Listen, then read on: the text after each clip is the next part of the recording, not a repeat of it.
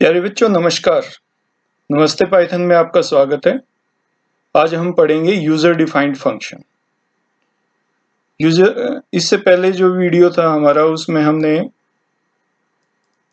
Study किया था। उसको थोड़ा सा रिवाइज कर लेते हैं, फिर उसके बाद आगे बढ़ते हैं। फंक्शन हमने किया था, फंक्शन के बारे में थोड़ा बताया था। उसके बाद बिल्ट इन फंक्शन के बारे में डिटेल से बताया था। फिर उसके बाद लैम्डा फंक्शन, और लैम्डा फंक्शन के बाद आज हम करेंगे user defined function.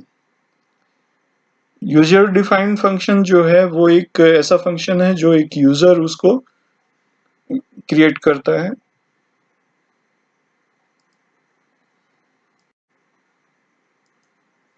User defined function, it is created by a user. Whenever we need to use this function in our program, we have to follow these two steps. First we have to define the function. इस function को पहले define करना पड़ेगा, तभी हम इसको use कर पाएंगे। सेकंड, डिफाइन करने के बाद हमें उसको कॉल करना होता है, अदरवाइज वो वर्क नहीं करेगा। तो हम स्टार्ट करने जा रहे हैं डिफाइनिंग ए फंक्शन। पाइथन में जो भी फंक्शंस हैं वो डेफ वर्ड से स्टार्ट होते हैं। उसका सिंटैक्स देखते हैं। जितने भी फंक्शंस हैं, जो भी यूजर डिफाइंड फंक्शंस हैं, वो आपके डेफ से स्टार्ट होंगे। उसके बाद फंक्शन नेम मेंशन करना होगा। फिर उसके बाद ये ब्रैकेट आप टाइप करोगे। इसके बाद ए लिस्ट ऑफ पैरामीटर्स इस पोजीशन पे आ जाएगी। ये ऑप्शनल रहती है, पैरामीटर हम चाहें तो डाल सकते हैं, अदरवाइज हम इसको छोड़ भी सकते हैं। सिंटैक्स में ये जो स्क्वायर ब्रैकेट रहता है, ये इसकी पहचान होता है कि ये जो आइटम है इसको आप स्किप भी कर सकते हैं, ये ऑप्शनल है। फिर उसके बाद ब्रैकेट क्लोज किया हमने, और फिर उसके बाद ये कॉलन साइन, ये कॉलन साइन लगाना बहुत जरूरी है। इस पूरे को हम बोलते हैं फंक्शन हेडर। इसको बोलेंगे हम फंक्शन हेडर। एक बार दोबारा फिर रिपीट कर देता हूँ। डेफ से ही स्टार्ट हुआ, फंक्शन नेम आया, फिर उसके बाद ब्रैकेट, ब्रैकेट के बाद पैरामीटर्स की लिस्ट आ जाएगी, फिर ब्रैकेट क्लोज, फिर कॉलन साइन। ये इसकी पहचान रहती है, किसी भी फंक्शन की पहचान राउंड ब्रैकेट रहती है। उसके बाद ये जो फंक्शन है इसके स्टार्टिंग में जो फर्स्ट लाइन है वो ये भी ऑप्शनल रहती है। यहाँ पे आप कोई भी डॉक स्ट्रिंग डाल सकते हैं। डॉक स्ट्रिंग क्या करेगा? डॉक स्ट्रिंग इस फंक्शन के बारे में यहाँ पे आप मेंशन कर सकते हैं कि ये जो फंक्शन है वो क्या ऑपरेशन ऑपरेट करेगा। फिर उसके बाद मैंने आगे नेक्स्ट एक वर्ड लिखा है फंक्शन शूट। ये वर्ड आपके लिए नया हो सकता है। फंक्शन शूट जो है, it is a group of statement. Group of statement रहती है, इसको एक प्रॉपर इंडेंटेशन के साथ टाइप किया जाता है। जैसे यहाँ पे आप देख रहे हैं, मैंने स्टार्टिंग में 4 कैरेक्टर जो हैं, 4 स्पेस जो हैं वो मैंने यहाँ पे दे रखे हैं। फिर उसके बाद आगे ये स्टेटमेंट्स हैं। तो जो भी ऑपरेशन आप अपने फंक्शन से ऑपरेट करवाना चाहते हैं, वो सारे जो स्टेटमेंट्स हैं वो यहाँ आ जाएंगे, और इसी पूरी ग्रुप ऑफ स्टेटमेंट्स को हम फंक्शन शूट भी बोलते हैं पाइथन में। लास्ट स्टेटमेंट जो है वो आपकी रिटर्न रहती है, और ये आगे आपका मैंने यहाँ ब्रैकेट, मैंने स्क्वायर ब्रैकेट का यूज किया है। ये शो कर रहा है कि जो एक्सप्रेशन है यहाँ पे वो भी ऑप्शनल है। तो that was your function definition. एक एग्जाम्पल मैंने ये किया है, ये एक, चलो इसको हम जुपिटर में करते हैं। इसको मैंने पहले ही कॉपी पेस्ट कर रखा है। ये स्टार्टिंग में एक कमेंट मैंने यहाँ लिया है, सिंपल फंक्शन, उसको मैं यहाँ एक्सप्लेन करना चाहता हूँ। यही मैंने इस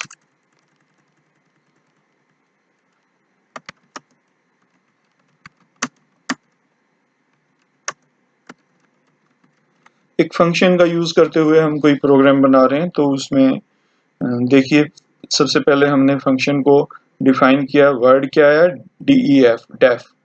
फिर उसके बाद एक फंक्शन का नेम लिखा हमने, फिर उसके बाद ब्रैकेट, और उसके बाद मैंने एक पैरामीटर यहाँ यूज किया है, ये एक नेम है सी नेम। आगे ये कैसे काम करेगा वो अभी आपको बता रहे हैं। फिर उसके बाद ये कॉलन साइन आ गया, और कॉलन साइन के बाद ये एक डॉक स्ट्रिंग मैंने लिखी है यहाँ पे। फिर अगली जो स्टेटमेंट है वो मैंने लिखी है हेलो, और फिर उसके बाद सी नेम। सी नेम कहाँ से मिलेगा, सी नेम यहीं से मिलेगा, जो भी यहाँ सी नेम की वैल्यू होगी वो यहाँ आ जाएगी। फिर उसके बाद प्रिंट, और फिर हमने यहाँ एक मैसेज, ये मैंने वैसे डाला, एक स्टेटमेंट डाली है ताकि थोड़ी सी ज़्यादा लगे स्टेटमेंट।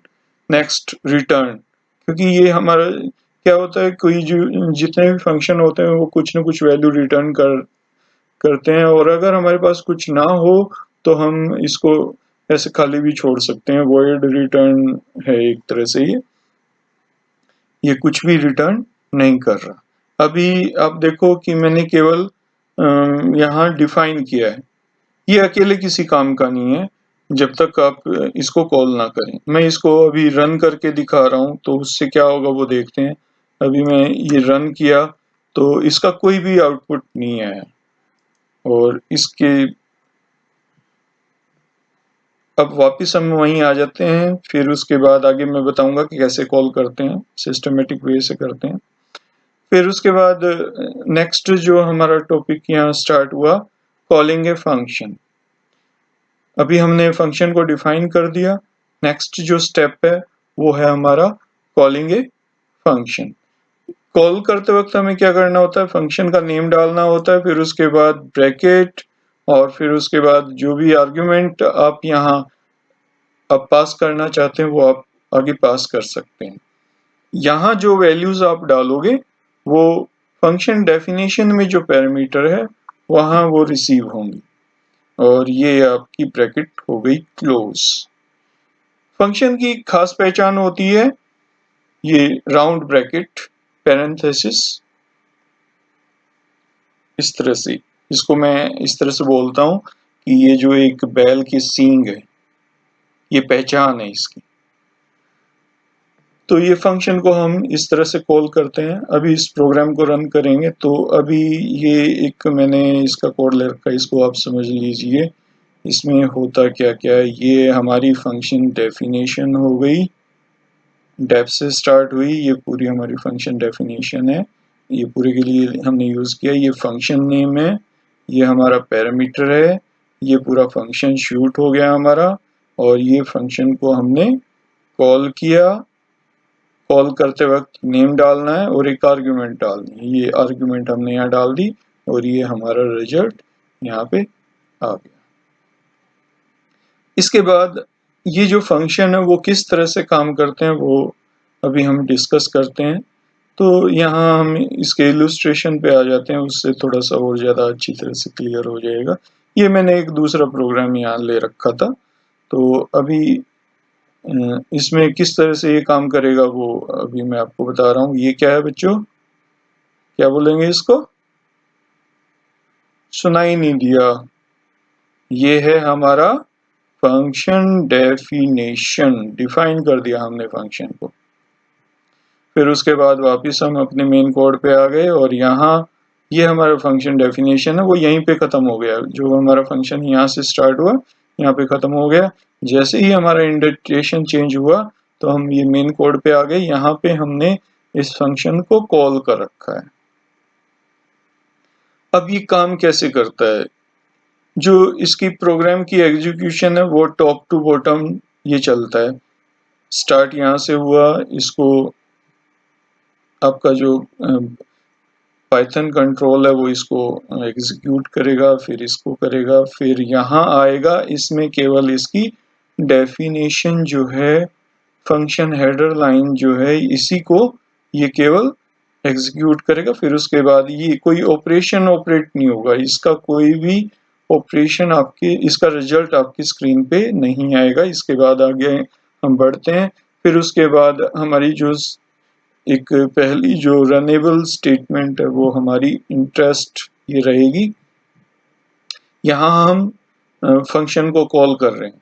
तो ये फंक्शन कॉल होने के बाद ये 3 आर्ग्यूमेंट हमने पास की 1 2 3। ये तीनों आर्ग्यूमेंट यहाँ से कहाँ पहुंचेंगी, हमारे फंक्शन डेफिनेशन पे। जैसे ही हमने फंक्शन को कॉल किया ये वापस पहुंचा कहाँ, यहीं पे। अब ये तीनों वैल्यू इसमें आ गई हैं, p आ गया, r आ गया, t आ गया, और फिर उसके बाद ये इसकी कैलकुलेशन हो जाएगी। ये प्रिंट आपकी स्टेटमेंट आ गई, फिर उसके बाद ये आपका SI की वैल्यू प्रिंट करेगा, फिर उसके बाद आ गया रिटर्न। ये फंक्शन आपका खत्म हुआ। रिटर्न के बाद आप पहुंचेंगे next to the calling statement. या फिर कई बार ऐसा भी होता है जहां अगर हमने प्रिंट कमांड के अंदर ही फंक्शन को कॉल कर रखा तो वापस वो वहां उसका आउटपुट दिखा के उसके नेक्स्ट स्टेटमेंट पे हो जाता है। तो यहाँ ये नेक्स्ट स्टेटमेंट पे ये पहुंच गया और एंड हमारा हो गया प्रोग्राम खत्म। अब हमने एक वो प्रोग्राम बनाया था, वापस हम वहीं पहुंचते हैं। ये एक हमने फंक्शन को डिफाइन कर रखा है। ये हमारा प्रोग्राम रन नहीं हुआ था, तो इसको अब क्या कमी थी इसमें, इसमें हमने फंक्शन को कॉल नहीं कर रखा था। तो अब हम फंक्शन को कॉल कर लेते हैं। क्या करते हैं, वेलकम, पहले फंक्शन का नाम लिखना होता है, फिर उसके बाद जो भी वैल्यू यहाँ डालनी होती है वो आप यहाँ डाल सकते हैं। तो यहाँ मैंने ये चेहर डाला और अब हम अपने प्रोग्राम को रन करते हैं। ये मैंने रन किया और ये आ गया हमारा आउटपुट। तो होप आपको एक ये छोटा सा जो एग्जाम्पल है वो आपको आ गया होगा समझ में। तो इस तरह से ये आपका फंक्शन डेफिनेशन एंड कॉलिंग, इसके बारे में मैंने आपको बताया है। नेक्स्ट टॉपिक है हमारा पासिंग आर्ग्यूमेंट पब्लिक पैरामीटर्स। बच्चों ये जो वर्ड है ये इंटरचेंजेबली यूज करते हैं कुछ बुक्स में, ये दोनों एक ही वर्ड मानते हैं कुछ लोग, पर एक्चुअली होता क्या है, आर्ग्यूमेंट जो है वो हमेशा जब हम कॉल करते हैं उस वक्त यूज होता है, और जो पैरामीटर है डेफिनेशन, जब आप फंक्शन को डिफाइन करते हैं उस वक्त हम पैरामीटर्स का यूज करते हैं। इसमें ये मैंने एक ऑप्शनल दिया है, ये आपका सिलेबस में नहीं रहेगा, पर आपको ये इसके बारे में थोड़ा सा पता होना चाहिए, तो इसलिए मैंने यहाँ पे इसको रखा है। होता क्या है, पाइथन में दो तरह से आर्ग्यूमेंट पास किए जाते हैं, by using keywords and as per positional order. वो आगे हम इन दोनों तरह के आर्ग्यूमेंट्स को आगे हम पढ़ेंगे। तो नेक्स्ट हम स्टार्ट करने जा रहे हैं टाइप्स ऑफ आर्ग्यूमेंट्स। ये भी अलग अलग बुक्स में आपको अलग अलग मिलेंगे। कुछ बुक्स में आपको 4 टाइप आर्ग्यूमेंट्स मिलेंगे, कुछ में 3 टाइप्स भी मिलेंगे। तो इनको हम डिस्कस करते हैं। तो फर्स्ट जो टाइप है उसमें क्या है, जो fix number of argument in function, fixed number of arguments in function. इसमें होगा क्या, जो नंबर ऑफ आर्ग्यूमेंट्स हैं वो फिक्स हैं, जितने कॉलिंग में यूज हुए हैं उतने ही डेफिनेशन में, ये भी इसका मतलब हुआ। तो ये एक ही तरह का होता है, वो आपका रिक्वायर्ड या फिर पोजिशनल आर्ग्यूमेंट उसको बोलते हैं। नेक्स्ट इसमें मैंने मेंशन किया है Python allows defining with variable number of argument. यहाँ पे क्या होगा, आर्ग्यूमेंट जो हैं वो वेरी कर सकते हैं, कभी कम होंगे कभी ज्यादा होंगे, पैरामीटर कम ज्यादा हैं और आर्ग्यूमेंट कम है, ऐसा हो सकता है। तो ये कैसे रहेंगे, देर आर 3 फॉर्म्स, 3 तरह के, ये 3 फॉर्म जो हैं वो ये तीनों ये हैं। उसमें आपका आ जाएगा कीवर्ड आर्ग्यूमेंट, या फिर इसको नेम्ड आर्ग्यूमेंट भी बोलते हैं, डिफॉल्ट आर्ग्यूमेंट, देन आपका आर्बिट्रेरी वेरिएबल लेंथ आर्ग्यूमेंट, और ये जो है वो इसका कॉम्बिनेशन है, कीवर्ड और आपका पोजिशनल आर्ग्यूमेंट का कॉम्बिनेशन है। तो इसमें दोनों ही हैं, जैसे आर्बिट्रेरी भी है और कीवर्ड भी है। तो इस तरह से मैंने इसको लिया। तो स्टार्ट करने जा रहे हैं हम रिक्वायर्ड आर्ग्यूमेंट। रिक्वायर्ड आर्ग्यूमेंट जो है वो पोजिशनल ऑर्डर पे बेस्ड है। इसमें आप क्या वैल्यू फंक्शन कॉलिंग के जरिए भेज रहे हैं वो डिपेंड करेगा। देखो ये ऑर्डर के जरिए, यहाँ देखिए ये जैसे एक हमारा जो प्रोग्राम है जो पहले भी मैंने लिया था, तो उसमें ये हमारा फंक्शन कॉलिंग है।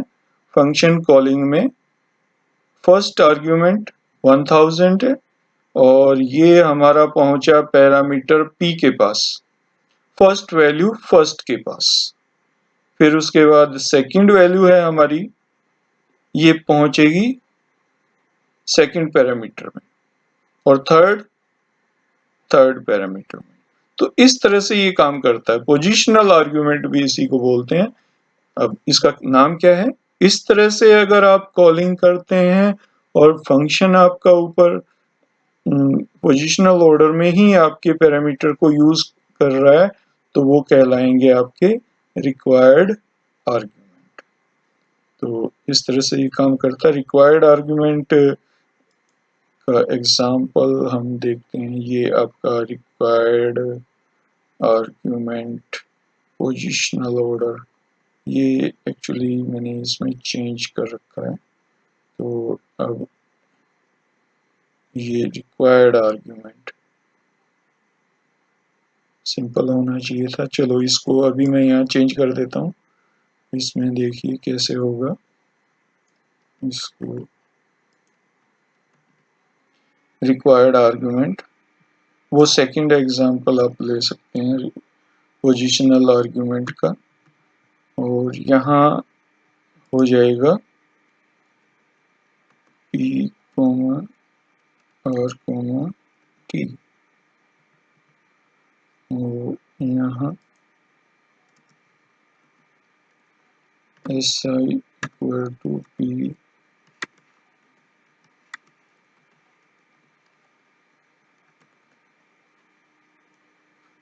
यहाँ वैल्यू आ जाएगी आपकी si, और ये जो तीनों हैं ये हम फंक्शन कॉलिंग में यूज करेंगे। यहाँ हम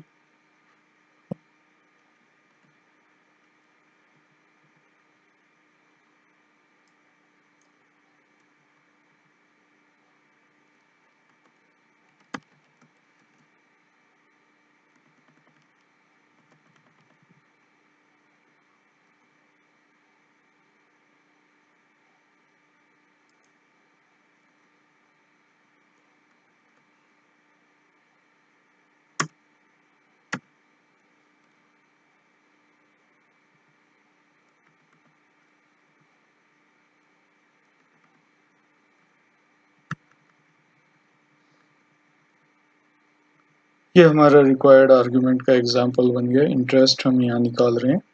इसमें ये फर्स्ट आर्ग्यूमेंट की वैल्यू इसमें जाएगी, second argument value second parameter में, third argument value third parameter में। अब इसको रन करके देखते हैं। ये किया मैंने इसको रन, ये हमारा रिजल्ट आ गया, और इस तरह से ये इसको अब 150 इसका ये आ गया। ये नन इसलिए भेजा है क्योंकि इसने रिटर्न में नन ये आया है, क्योंकि इसने कुछ भी रिटर्न नहीं किया, तो इसकी वजह से ये नन यहाँ ये शो कर रहा है। तो इस तरह से ये था आपका रिक्वायर्ड आर्ग्यूमेंट। वापस हम पहुंचते हैं अपने नेक्स्ट डिफॉल्ट आर्ग्यूमेंट।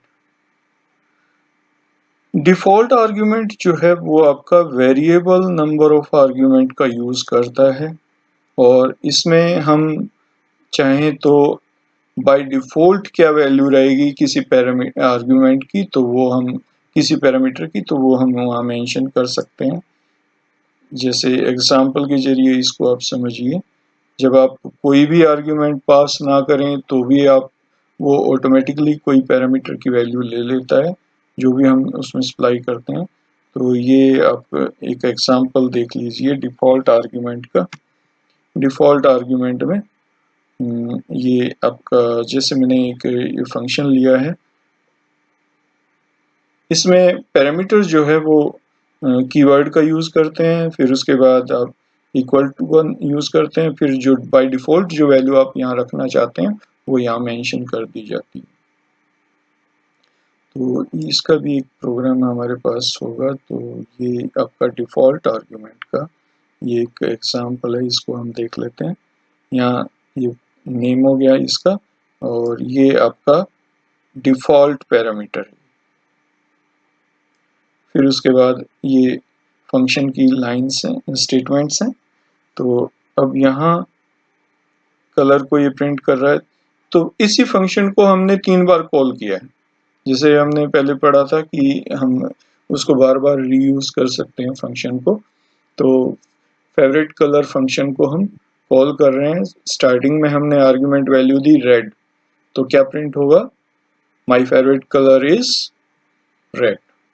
फिर उसके बाद ये फेवरेट कलर, यहाँ पे मैंने कोई आर्ग्यूमेंट नहीं दी, तब उस केस में क्या होगा, ये इस वैल्यू को ही वो मान के फिर रिजल्ट देगा, क्योंकि हमने कोई वैल्यू आर्ग्यूमेंट वैल्यू नहीं सप्लाई की, तो इस वजह से ये ऑरेंज को बाय डिफॉल्ट ये मान लेगा।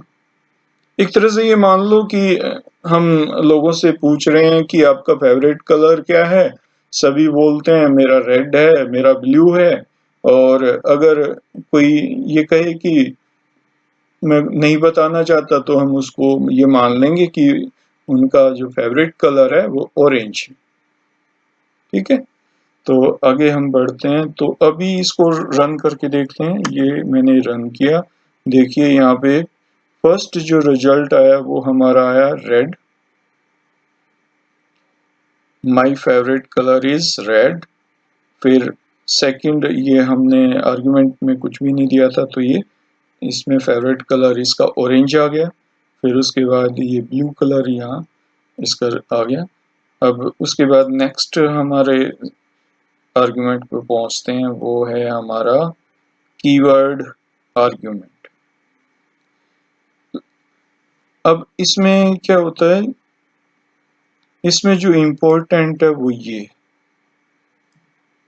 कॉलिंग के दौरान जितनी भी आर्ग्यूमेंट वैल्यू हैं वो इस फॉर्मेट में लिखी जाएंगी, कॉमा से उनको सेपरेट करेंगे। एक एग्जांपल के जरिए इसको समझते हैं।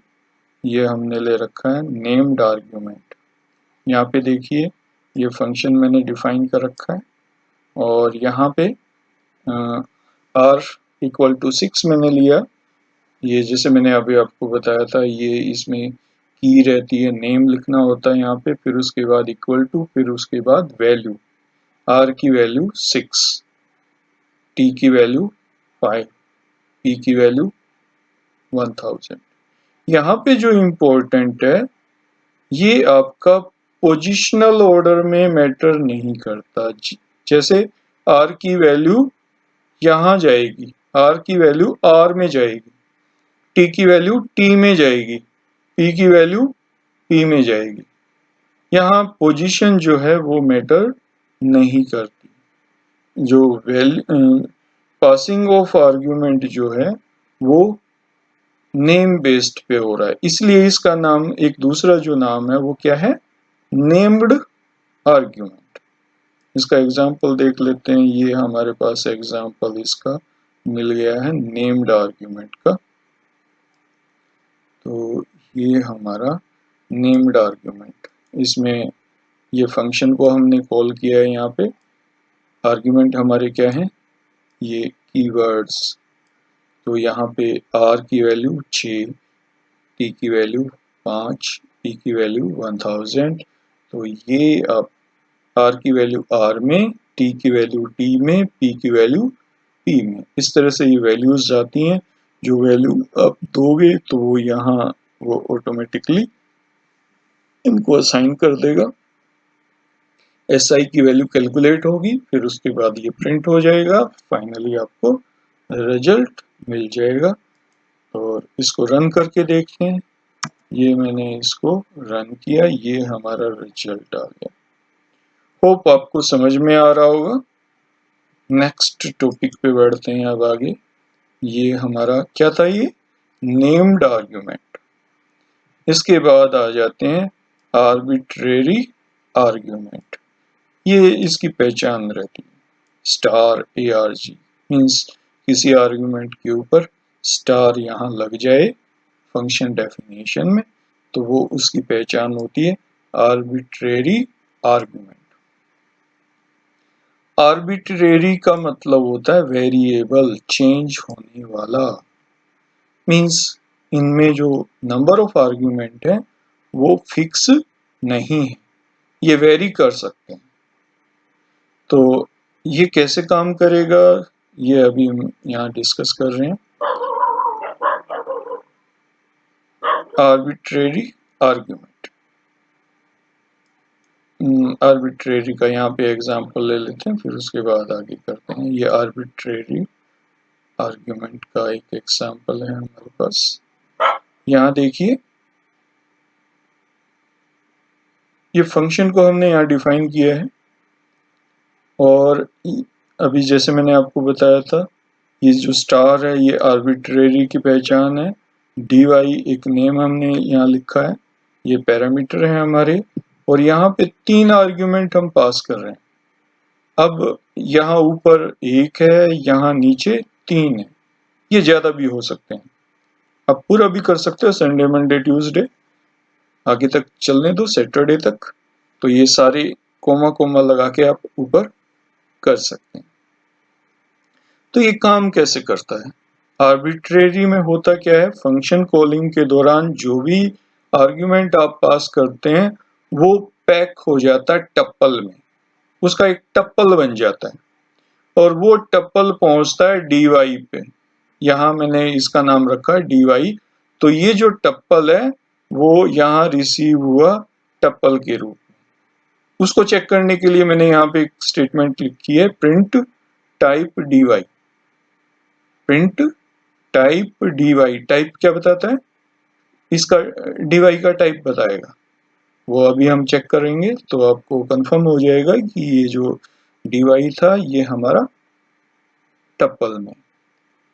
तो अब इसमें जो वैल्यू है उनको प्रिंट करवाना है, तो हमारे पास फॉर इन इसका यूज हम करके इसको प्रिंट कर सकते हैं। dy मैंने लिया यहाँ पे, ये dy यहाँ आया, और क्योंकि ये टप्पल में है तो ये टप्पल से एक एक वैल्यू d में जाती रहेगी, और वो जो d की वैल्यू है वो प्रिंट होती रहेंगी, ये प्रिंट हो जाएंगी, और हमारा जो ये लगातार चलता रहेगा, फॉर लूप है हमारा।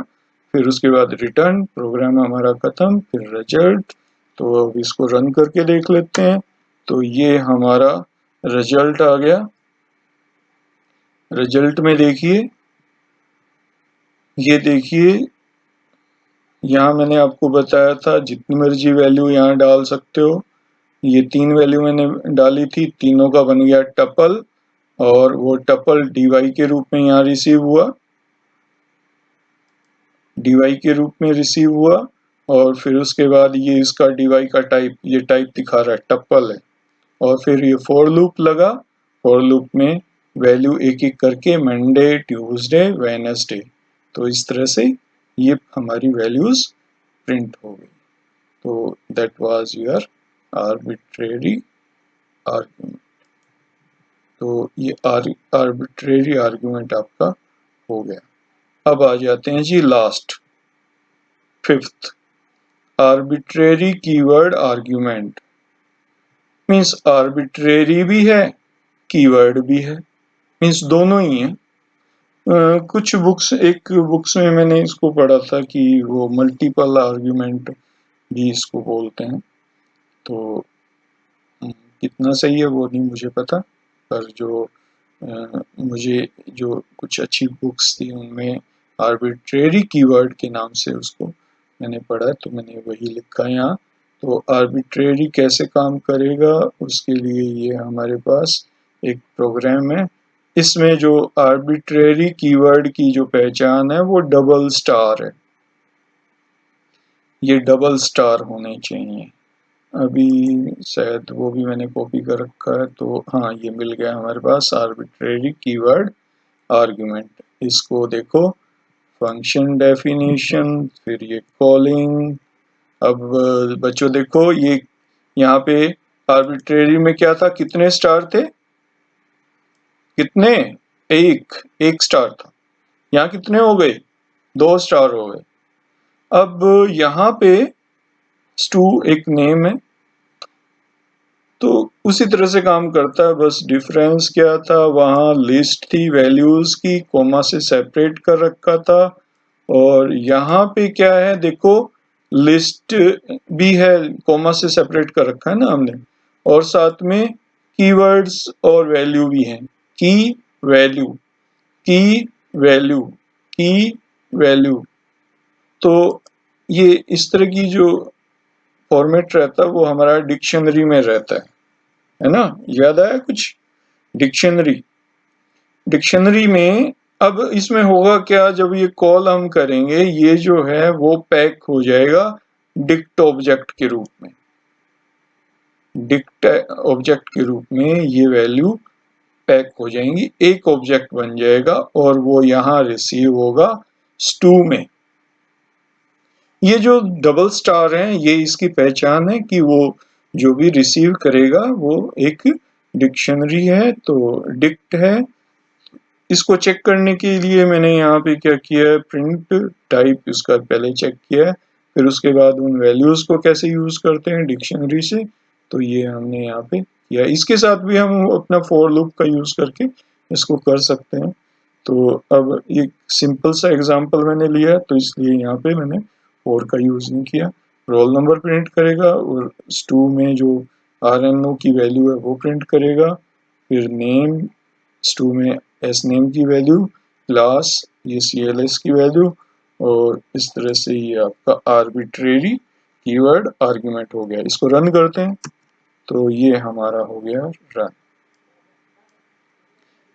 ये देखें आप, डिक्ट, इसका डाटा टाइप आ गया roll number, then name, class. This way आपके आर्गुमेंट्स आपके यहाँ पे खत्म हुए। नेक्स्ट जो टॉपिक है वो हमारा है स्कोप। उसको आज नहीं करेंगे, उसको हो सकता है कल हम इसको करेंगे। आज के लिए थैंक यू, सुनने के लिए धन्यवाद।